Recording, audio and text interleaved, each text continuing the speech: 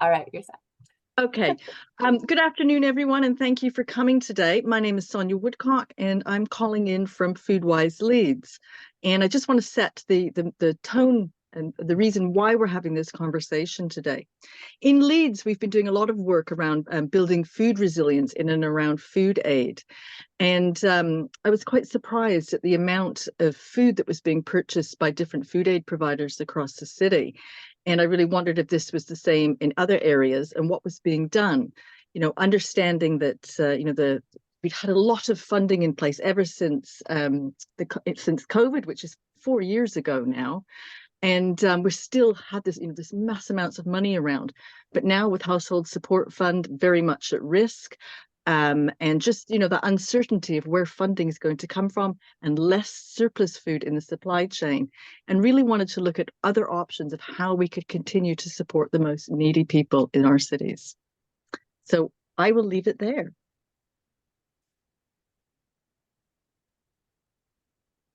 Thanks, Sonja. Now we're going to move on to Kelly Fritzsche, who's speaking on behalf of Food Co-ops Plymouth about the cooperative principles and working with smaller and community-led co-ops. Thanks, Kelly. Thank you. Hi, so I am Kelly Fritzsche. I am the Food Project Manager for Co-ops for Plymouth. I help to set up sustainable food co-ops in Plymouth, and they're all based on the Corporation Town model. So if you give them a Google, they have free access to all of their resources on there.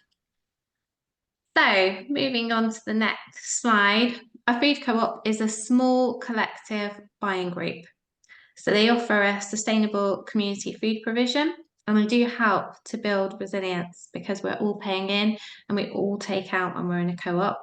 They do help to ease financial pressure on people because you can save quite a bit of money on your weekly shop by doing it this way. Food co-ops are run and owned by the members in them, and members do learn transferable skills. We have like a treasurer and a co-treasurer, people who do the shopping for us. We pick our own food and we buy in bulk and we share it between ourselves to save money. That's why food co-ops give people choice and dignity, because we're able to do it that way. We do save money, but people do join for different reasons, not just financial. So it might be environmental impact, so food wastage. You might be lonely, you might be isolated, you don't know people within your community, and that might be a reason that you join the food co-op. We have lots of additional services that are offered to members of our food co-op. So Plymouth Energy come and give advice. Adult maths classes are run at the local school. We're all able to go to those for free. Citizens Advice come once a month to the food co-ops, and all of our members have access to them. We're able to go to different cookery courses and learn new skills. And food safety training, the co-op pays for the level 2 food hygiene training. Okay, so on the next slide, you'll see what is a co-op. So these are our principles. So open to anyone, and they are open to anyone and everyone. It's not financial, it's not means tested. We honestly believe it takes a community to make the community within the food co-op. It's run by its members, so everyone will have a role within the co-op to help to make it work. Working in cooperation with others. So we obviously share our food together. We also share our resources, and our resources are sometimes our personal skills that we bring to the co-op. Need to be respectful of individuals and collective voices, because we do democratic voting. We vote on everything, including the shopping that we're going to get. And we learn how to be a collective. So there's no hierarchy. We're all equal and we all have one vote. So it's a different way of coming together. Concern for our community, so that's understanding what's needed in our community and why every co-op looks different, because every community looks different. So what we all want and how we operate will be different. Education and training is really important. So I covered that on the previous one. So volunteer training, PEC energy advice, citizens advice, live well, lots and lots of courses, everything is offered and lots of it is free. Member economic participation, so all of us pay in equally, we all take out equally, and the money that's raised just goes back into buying food. So we pay in, we buy food, we pay in, we buy food, and that's how they work. Autonomy and independence, every single co-op in Plymouth looks different and is run differently. We just stick to our same principles, but because we're different communities, we're all completely unique in the way that we operate. That's what makes them beautiful. So on the next slide, you'll see food co-ops. So food co-ops are based on smaller groups. So it's 20 people. 20 is the ideal number. And that's based on the amount of food that we've got coming in and the food that we'll share. Everybody being able to have a role and everybody being heard. So we know that 20 is the ideal number. As I said, they're run and owned by the members of the co-op. We are learning transferable skills by all having roles and then swapping our roles. Members pay weekly and we all contribute at least an hour to help making the co-op run. They are open to everyone. Members pay in £3 a week for most of the co-ops. Now it does depend on what you want your co-op to buy. So a co-op will choose how much money gets paid in and what shopping they'll buy. We buy surplus food from Fritzsche, so 150 kg of food. We use local suppliers, we buy in bulk. We'll buy from Affordable Foods, from Rogers Wholesale, from Farm Food Surplus. We have bought from his church. We'll buy local fruit and veg markets. We've got really limited overheads because we will operate in like church halls, community centres, in schools. And they allow us now, we need 2 hours to be able to do it, but lots of them will say the members can stay on and we have tea and coffee and cakes and biscuits. Kelly, this is your 1-minute warning. Oh, wow. There's lots of roles. So there's a WhatsApp group, someone who'll manage the member list and the shoppers. You'll see that on the next slide. And on the next one, I'll move on quickly to just explain the co-op in Mayfair. The first one we set up in Plymouth. We were able to set them up by me taking some food from Fritzsche and saying, this is what £3 would look like. We got parents and grandparents and the local church parishioners. We meet each Friday. A member will open and take in the Fritzsche delivery. Members will work on a rota basis to sort that delivery out. 2 members will take our member sub, so £3 a week. 1 member will go to a wholesaler and buy all of our shopping that we've all said we want. Another one will do milk, tea, coffee and bring those things. Then we'll all do our shopping and everything we've bought, we share it equally. Then member will clean down, we look up and we go home. So collectively, we've saved money whilst we've been working together and we've made lots of friends. And you'll see there lots of different things that we've done on screen.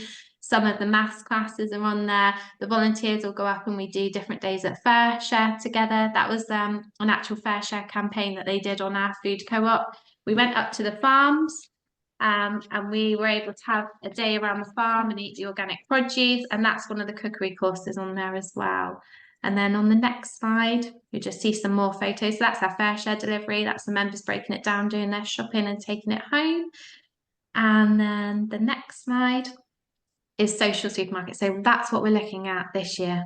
Our first co-op social supermarkets, how we can run them and how they'll work together. And the very last slide is some feedback from our members. Did I manage to keep it in time? Was that good?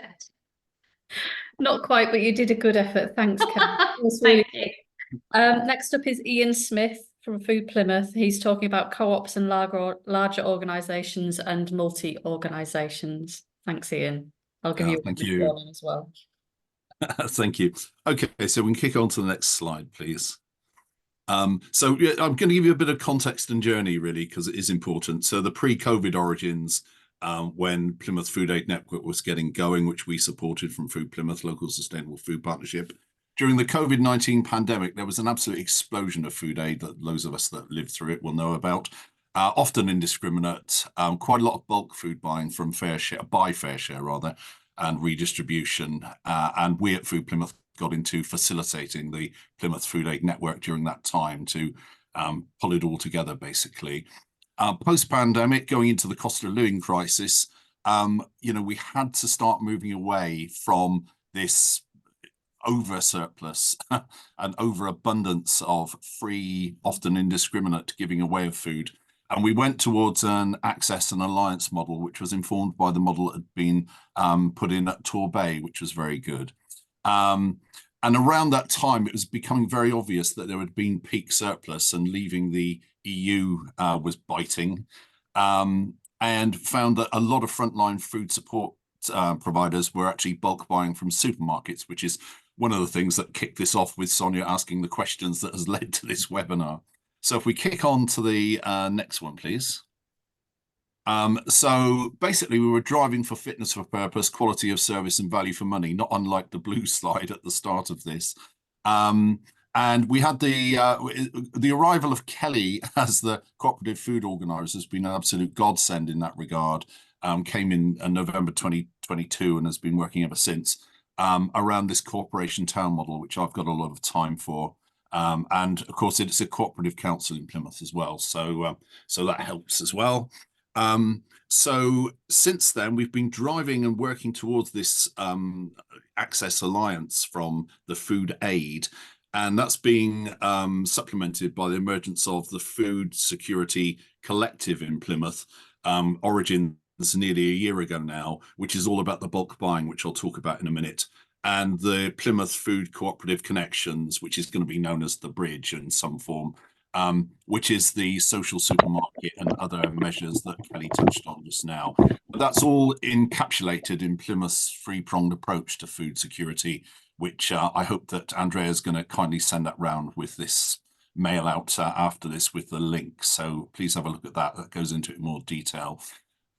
Key thing about this is cash first approaches to make sure that people wherever possible don't need food support, and then to provide the wraparound support, the good pathways to better places, which of course Kelly's mentioned in the context of the food co-ops, but is woven into everything else here as well.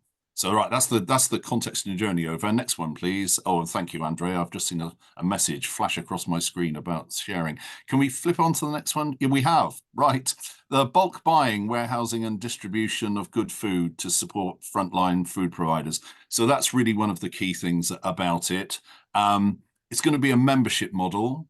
Frontline food support provider members are going to be classified, and we are working very hard to try and sort this out to make it fair and equitable and fit for purpose. But there's the emergency/crisis end where people definitely need full-on support for a while, i.e. there's people that go to or get referred to Trussell Trust food banks and some of the other measures that we've got, like, well, Plymouth Soup Run, for example, is one of those. Then we're looking more at the resilience end, where there's less severe but still pressing needs, and then affordable food clubs, food co-ops, where necessary, don't have to be in need to go to a food co-op, as Kelly said, but if you do, it's a really good way of doing it and having some agency in it. And the cooperative connections piece that I'll talk about in a minute. The whole thing about that is having the wraparound support and specific additional measures in place to qualify to be one of the members. So it's really trying to help people to not need the support, as well as supporting them in the best way you can at the right level. So working collaboratively with Fair Share Southwest there, who are great partners to work with, supporting the education learning activities. Kelly's touched on that in her presentation, but I'm hoping we can do even more than that. And this is being set up as a community interest company, a CIC, with cooperative principles. So this is very much a work in progress, but it is underway. It's sliding down a slipway into the water if it was a ship at the moment as we speak. So we'll tell you more about that as it unfolds. So on to the next one, please. So this is cooperative connections here. So we've got this collaboration. You saw the logos on the front at the start there. 2 new social supermarkets being organised on cooperative lines. 6 more of the small-scale food co-ops that Kelly organises and then are run by their members. And the first one of those has launched already. We're going for a sophisticated specialist food transport truck. So that's got all the individual sections and individual doors in it to keep the food in the best condition. Also means we can collect from Fair Share, which helps them no end, and also helps to get more produce as well, because they are very good at that.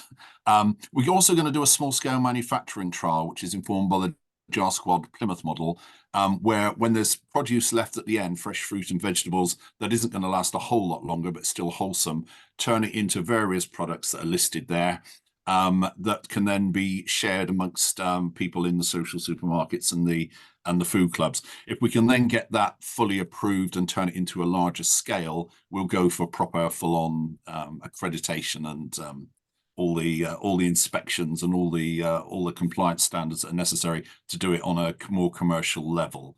And we're initially resourced by £250,000 thereabouts of UK shared prosperity funding, and Four Greens Community Trust acting as the accountable body there. So so that's good. If we skip on, please. Ian, you got 1 minute. Thank you. Here's our What Food Plymouth Does diagram and who does things in Food Plymouth. So you see all the names there. I've done that turquoisey line round showing this is part of a joined up package of things.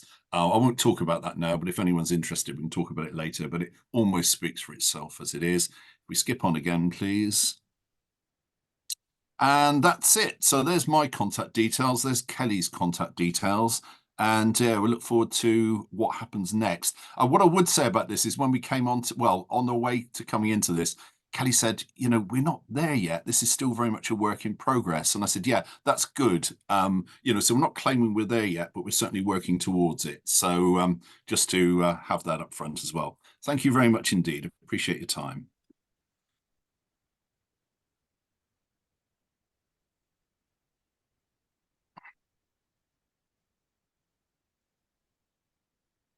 Thanks, Ian. That's really useful. And not there yet. You're far, far ahead of Hull at the moment. So yeah, you're doing great stuff. Thank you.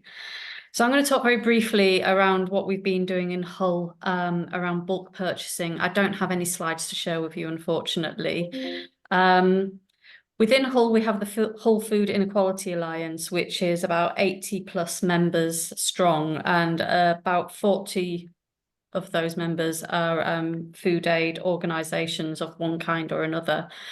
Mostly in Hull, we don't rely on food banks as a kind of semi-pantry model where people pay a set price and then have a set number of items that they can take from a place. But some work we did last year indicated that most food aid providers within the city, on top of whatever they were getting in terms of donations and what they received from FareShare, were spending approximately £100 to £200 a week on supporting their people who come to them in their communities. So there was a clear need for more food aid to be distributed to people in the city, but the quality and quantity of food donations was declining rapidly. With the Household Support Fund for 23-24, Hull City Council got around £6 million, and just under half of that was spent on providing children and young people who are on free school meals with vouchers for meals during holiday periods. So that gives you an idea of the scale of need there is in the city in terms of families and households that are living in need of food support. So during summer last year, I was asked to identify around 10 different food aid organisations spread evenly across the city, supporting different groups, and get involved in a bulk purchase project. So we used £40,000 of household support funding to spend on supplying those organisations with food from October last year through to the end of March this year. How we did this is we approached a local wholesaler called Turner Price, and they gave us Hull City Council rates to be able to purchase food in bulk to distribute to those food aid organisations in the city. There was another £10,000 on top for administration and distribution. So we worked with another local food aid organisation in the city who have big vans that they could get food around the city if it was purchased. And also they would work on approaching some of the big name food producers that are connected to Hull and the East Riding to try and get extra food donations through them as well, and then distribute them to different organisations across the city. Working with Turner Price has been good, but also problematic in that it's dynamic purchasing. So what you look at one day a week will not cost the same another day of the week. So it takes about a couple of hours every Monday morning, which is what I was doing before I started this, to go through the Turner Price website, identify all the food lines that people want to purchase from, and then find out the prices, pull together a spreadsheet, and then email it out to the different organisations. And then I give them a couple of days to get back to me, and then I send the orders off to Turner Price for delivery the following week.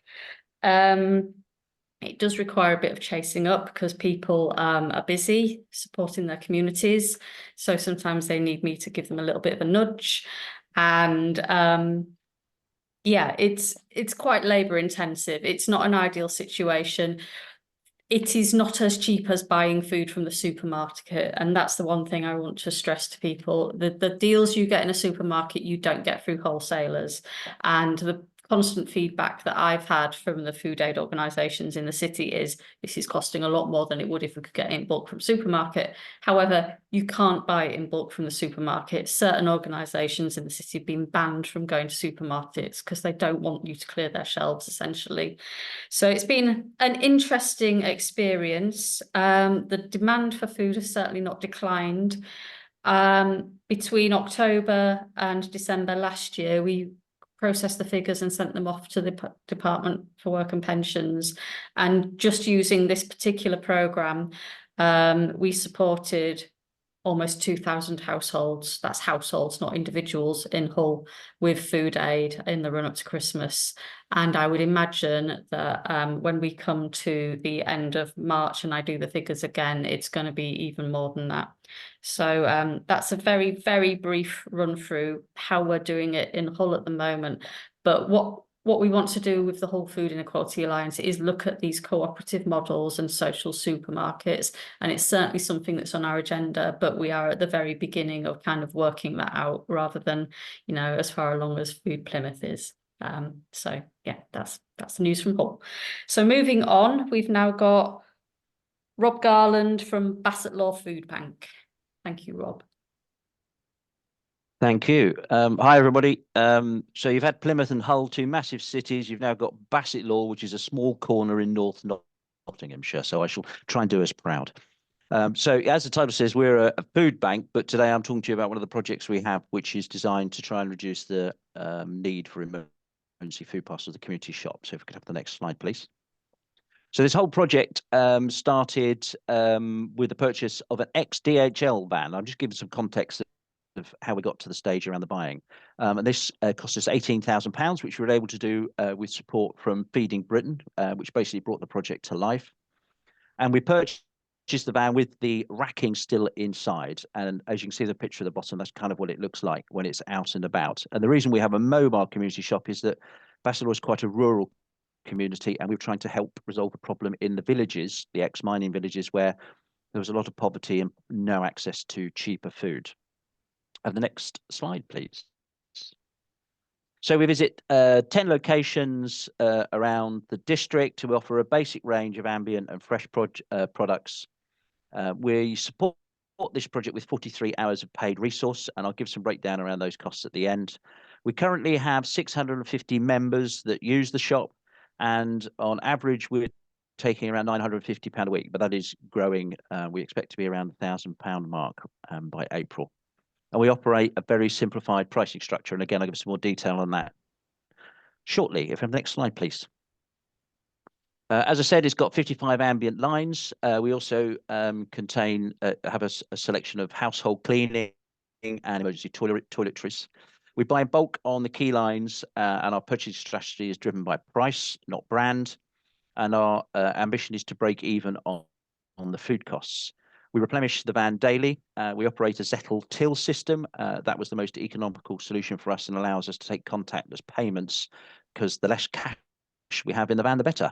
We operate a membership scheme, but there are no qualifying criteria. We have discovered that the van basically polices itself so that everybody sort of comes and has a go the first time. But the people that need the shop are the ones that end up using it regularly. And a big part of the job we do is the staff signpost people to help with other cost-related issues such as debt, loan sharks, energy. We use QR codes a lot in the bank. It saves on having to carry hundreds and hundreds of leaflets. And the next slide, please. So the model is based on the following pricing strategy: any 10 items for £5, any 15 items for £7.50, any 20 items for a tenner. Client is limited to a maximum of 20 ambient lines from the range each week. There is a bit of flexibility on that if the particularly big family, but that's a sort of guide we work on. And they can also purchase additional fresh items for 60p from the following list. And this is what we do as a minimum. We offer apples, bananas, bread, a tub of margarine, half a dozen eggs, which are at premium of £1. And then potatoes and also onions and carrots. So in summary, if you've got £12.50, you can get 20 ambient lines and 4 fresh lines, and that will make a real difference to people's households if they're under financial hardship with a weekly access to the clients. It means they can budget better. We've had very positive feedback on the model. Next slide, please. So our buying strategy, we use 4 wholesalers. We use Booker's, we use Morrison's Wholesale, we use Brakes, and we use Howarth's. For the next slide, please.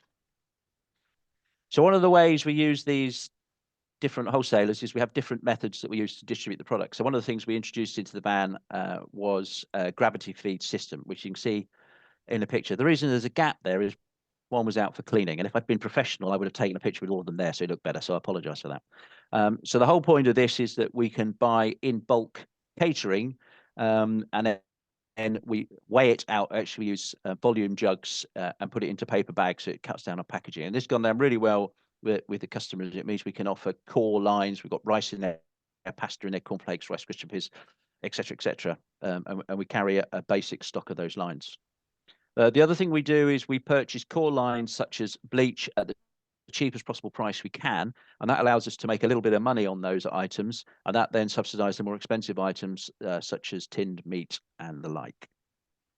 We split products, so we do laundry pods or tabs, and we split those into 5. We buy catering boxes that are used in hotel sector and split those down. We buy in bulk with toothbrushes and split them down, tea bags, coffee, etc.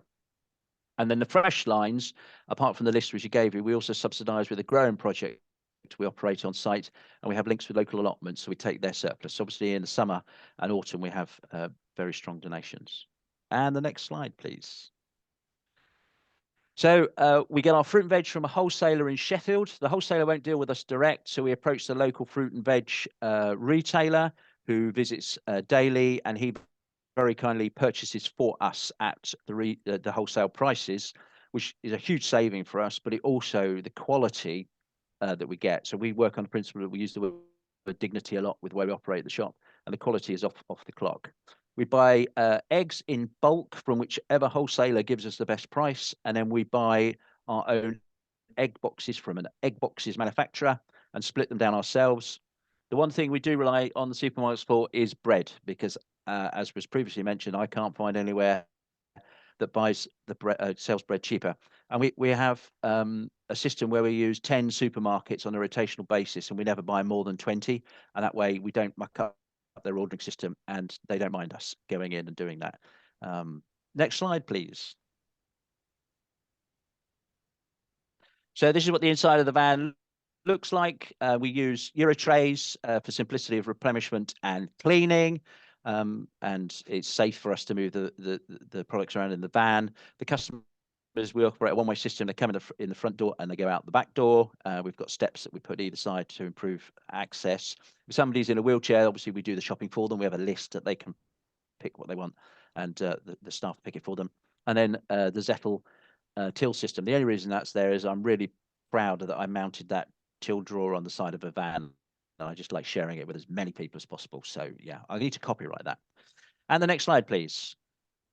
So this is a basic finance model for this year, just to give you an idea of the costs associated. So the full income this year for the shop, which ends in the 31st of March, we predict to be £53,000. The total amount of money we will have spent on food is £39,000. Our van operating costs, which includes fuel, insurance, maintenance, etc., £4,200. Staffing costs for the hours that I said earlier on, including uniform and training, is £28,000. So our total operating cost is £71,000. So we look for a subsidy of £18,200 per annum to keep this project going. we originally started it 2 years ago as a 6-month project to alleviate the pressure in the rural areas of our district. It has gone from strength to strength, and the way we've modelled it, it's allowed us to stretch that funding out. So we've got funding secure to keep this going for at least another 12 months. So we continue to get great support from organisations like Bassetlaw District Council and also Feeding Britain that allows us to keep that funding spread along. And that's it from me. Next slide. Thank you. Any questions? Fire away. Oh, no, don't. Wait till you're told to. Thanks. Well, great.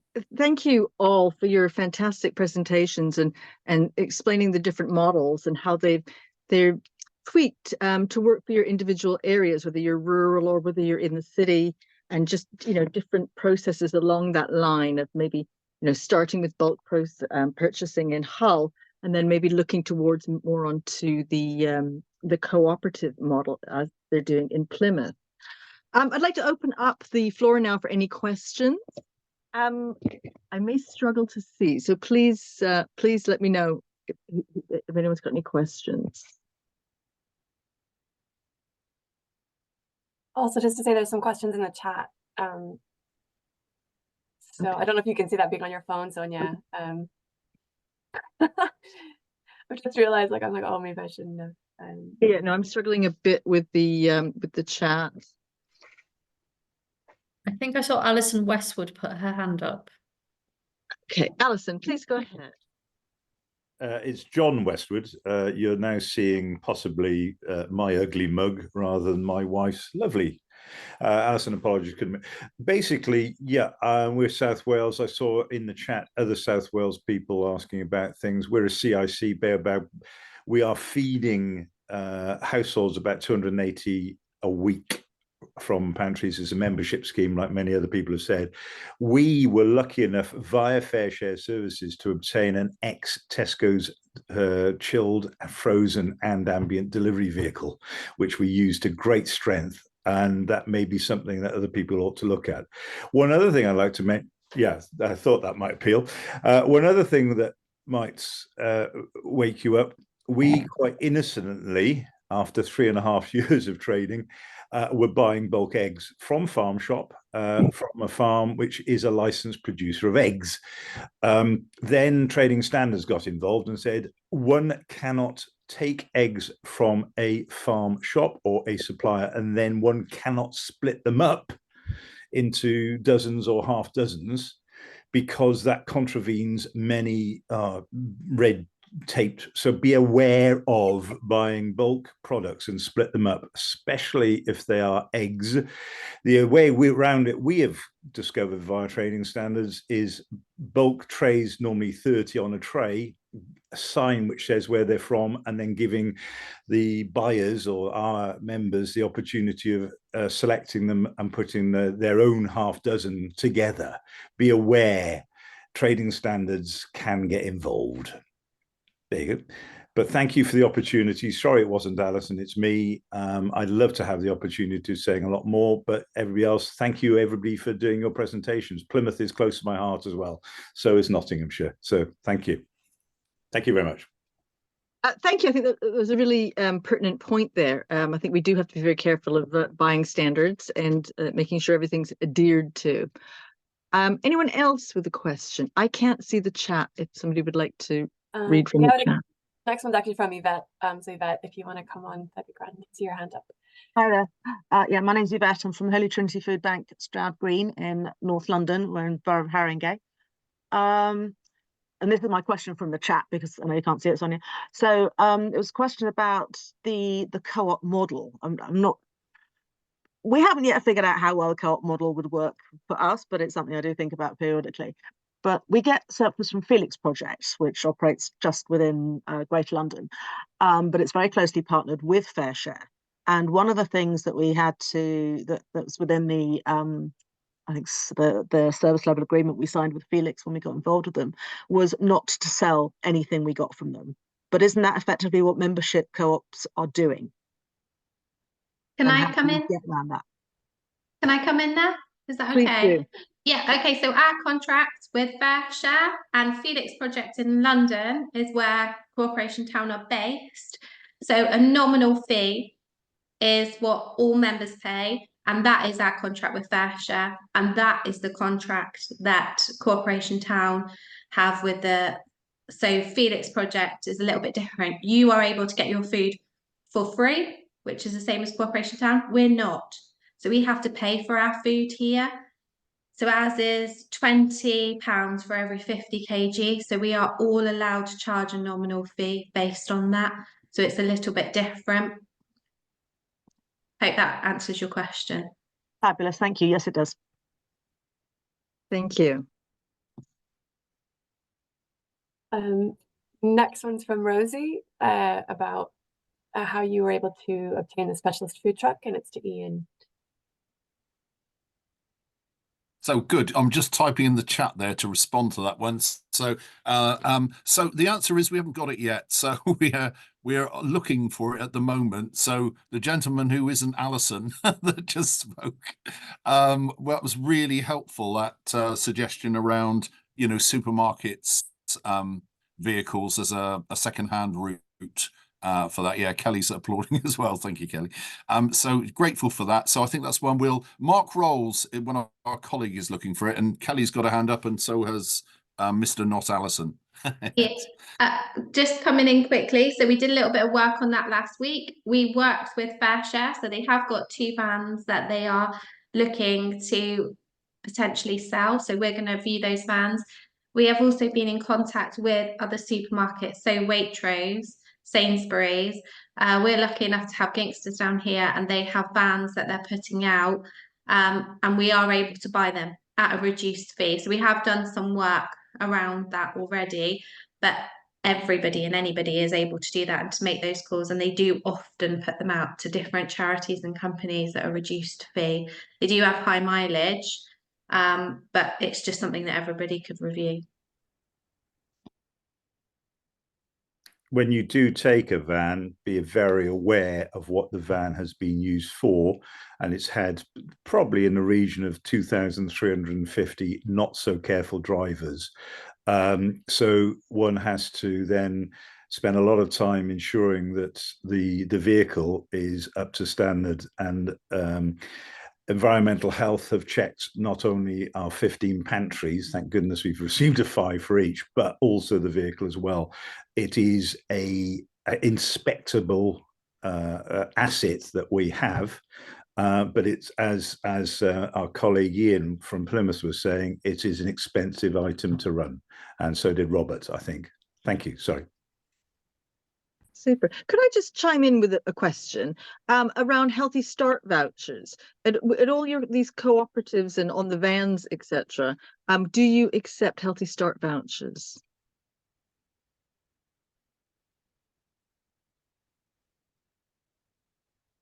So in our small food buying co-ops, we pay in cash and we go and use that cash to buy our shopping. So that's the way we're able to do it. In the social supermarkets, where we'll have a smart till, we are then able to link that to the Healthy Start vouchers. And there are some already doing that. So that is already happening in some larders and social supermarkets. Great. What about the van options? So the van that we're having is just to transport food to these venues.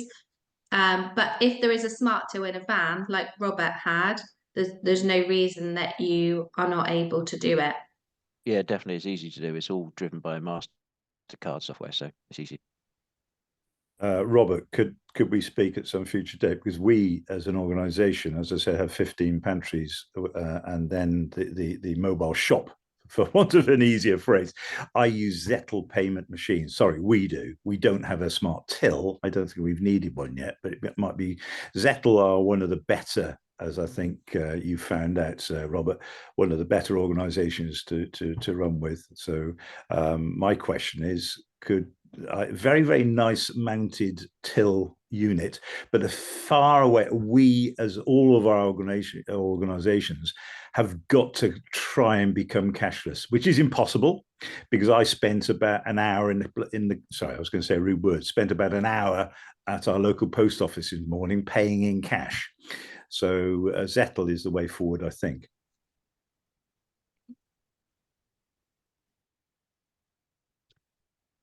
There's a couple of things from Rachel Pittswick. I don't know if you want to come on and say.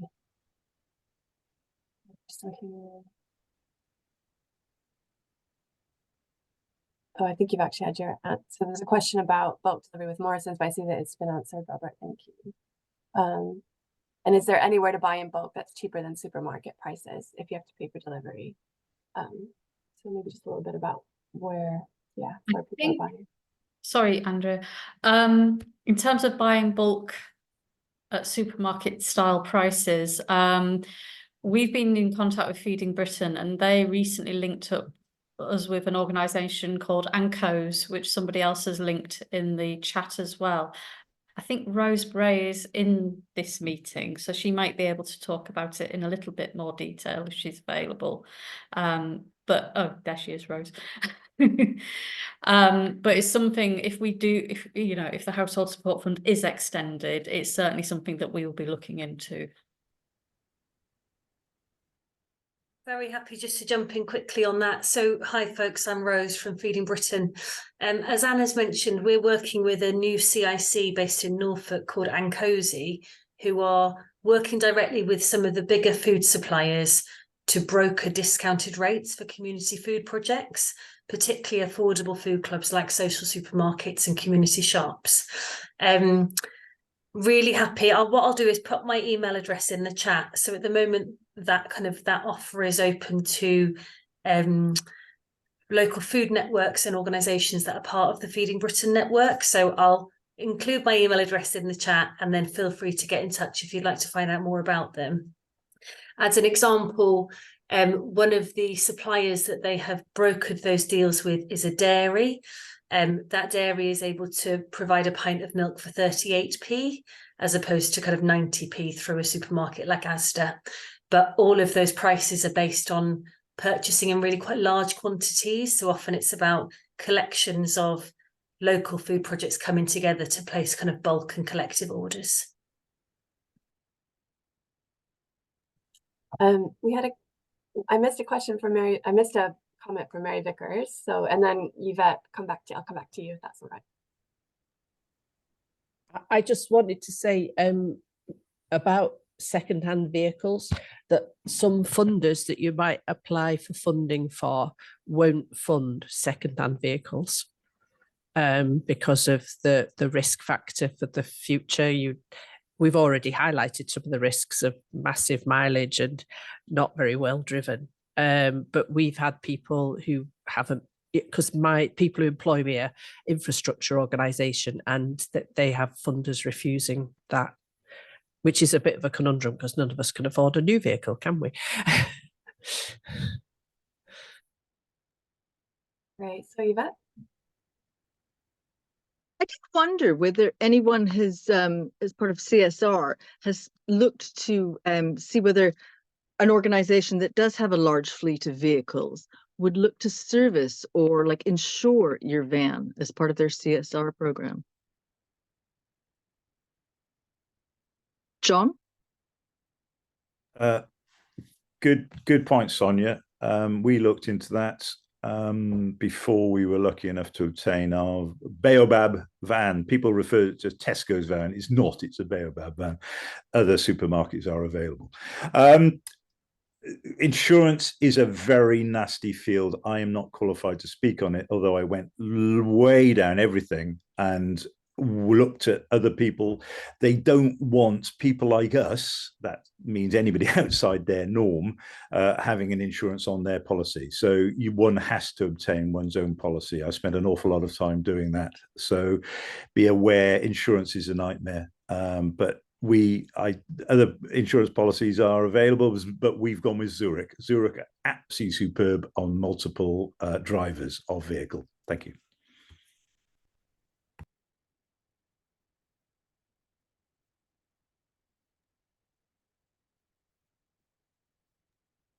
You want to just jump in, Ian? Sorry, Sonia.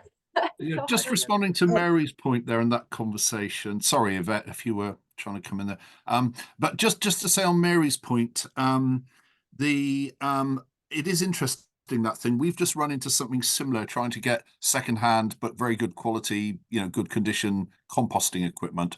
And we've gone the crowdfunder route for that to overcome exactly that problem that people don't want to fund it otherwise. So I don't know if that's any help to anyone, but I think it would be well worth a look if I can suggest that. Thank you. Sorry that I knew Ian was like responding to something. So, but yeah, go ahead. Sorry. So this is a question for been so many speakers. Is it Anna, I think? Question about how you operate in Hull. Is that you? Yeah. Lovely, thank you. You said that you don't really have that it's very much a sort of pantry and co-op type model, not a food bank model. So how do you assist people who don't have the £3, say, for a membership model? I know that we've got clients who wouldn't have £3 to give for what they get from us for free. So what's the route to help for them? Well, I'm not in charge of any food bank or food aid organisation in the city, and they're all very independent and they have different ways of running things. But the agreement we had with the food aid organisations who were being funded through the Household Support Fund is that on a first visit by an individual, they would get given food for free, and then subsequent visits would be about whatever that organisation's model was. That's when that would kick in. So the very first approach would be for free. But what they would also do is signpost to the local services, such as the Emergency Food Fund for Vulnerable Households, that kind of thing, which was run through Hull City Council as part of the Household Support Fund programme. So there's a mixture of free food in it at the first approach, and then signposting to get extra support through the Household Support Fund via the City Council.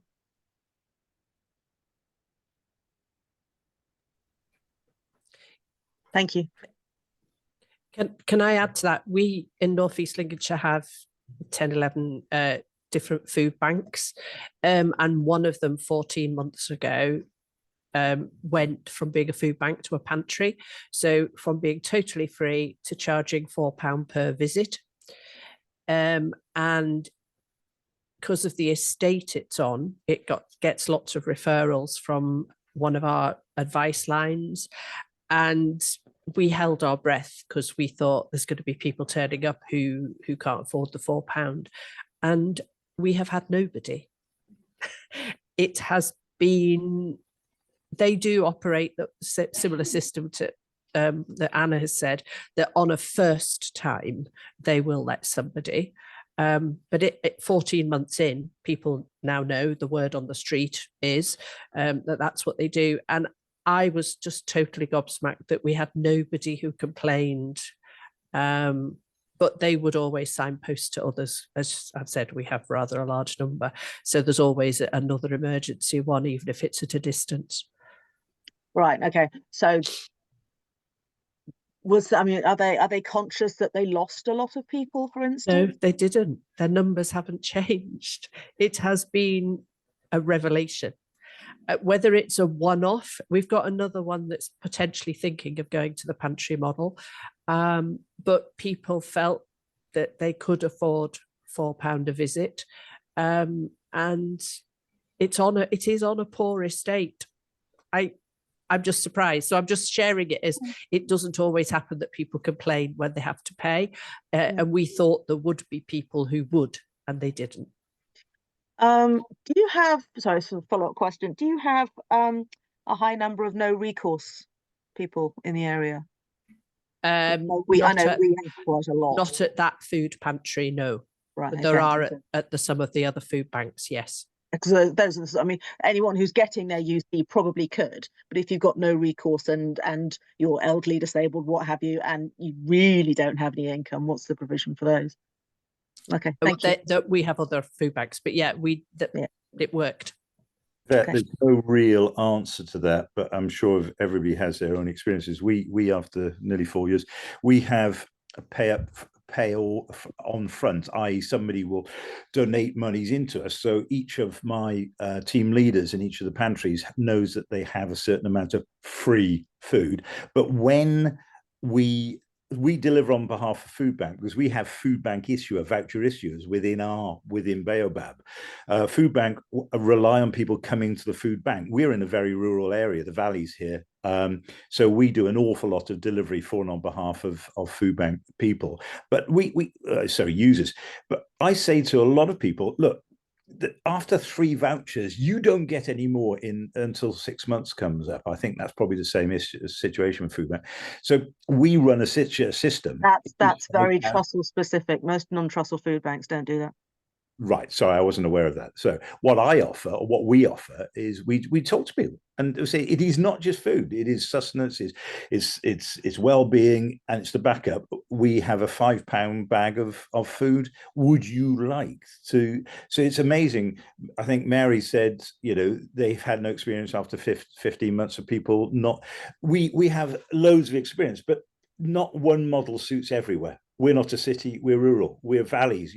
To get from one valley to the other, you've got to go over mountains. I'm not being funny down here.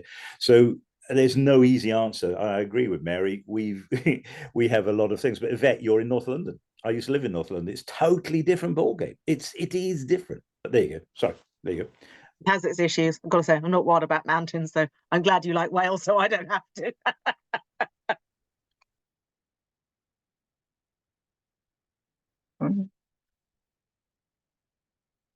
All right. Are there any more questions?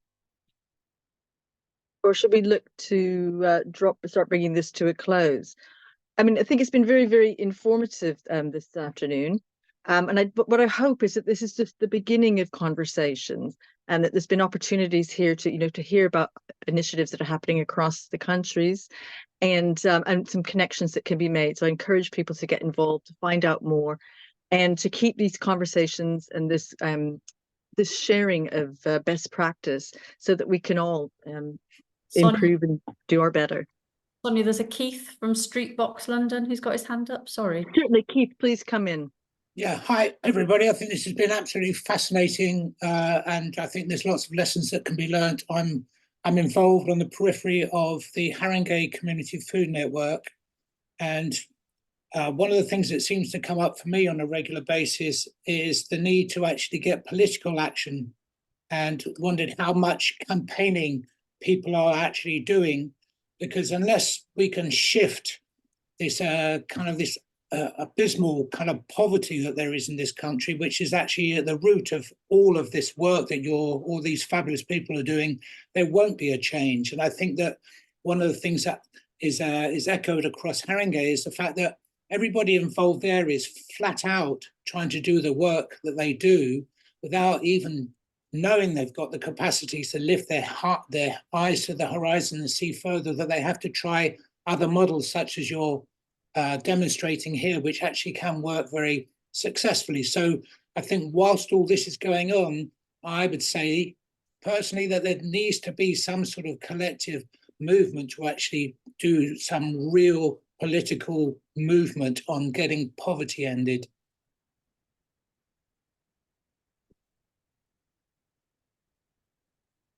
Ian, please come in. Yeah.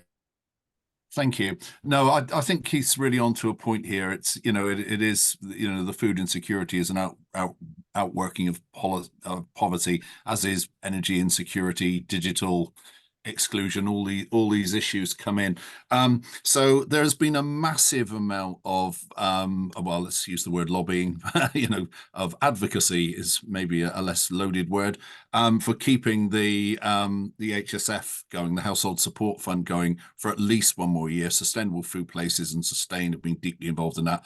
We at Food Plymouth have been backing it along with loads of others. There's some brilliant work done by Bernardo's and others. And I forget the name of the MP now, but she did a brilliant campaign as well, encouraging MPs to speak with the Chancellor, because all this is directed towards the Chancellor for the forthcoming budget, which is only a few days. Is it 2 days away now?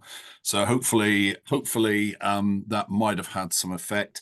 I think I'm going to get the name of this wrong, but it's something like Guarantee Our Essentials, or that, which is a brilliant campaign, but not as publicised as I think it might be. But I think all that side of things, it does need to, we do need to be speaking with parties, all MPs and prospective MPs of all parties along these lines. And I'm very sorry, I've now got to go to another meeting. I'm at 1 o'clock on another one. But thank you so much for having me, and I hope that's some help. And if anything arises, I'll try and answer a question afterwards if anything else comes. Okay, thank you. And thanks, Andrea, for facilitating, and Sonja for leading on this. Thank you. And thank you, everybody, for your contributions today. And as I said before, let's keep these conversations happening and these connections. Let's make them stronger. Thank you.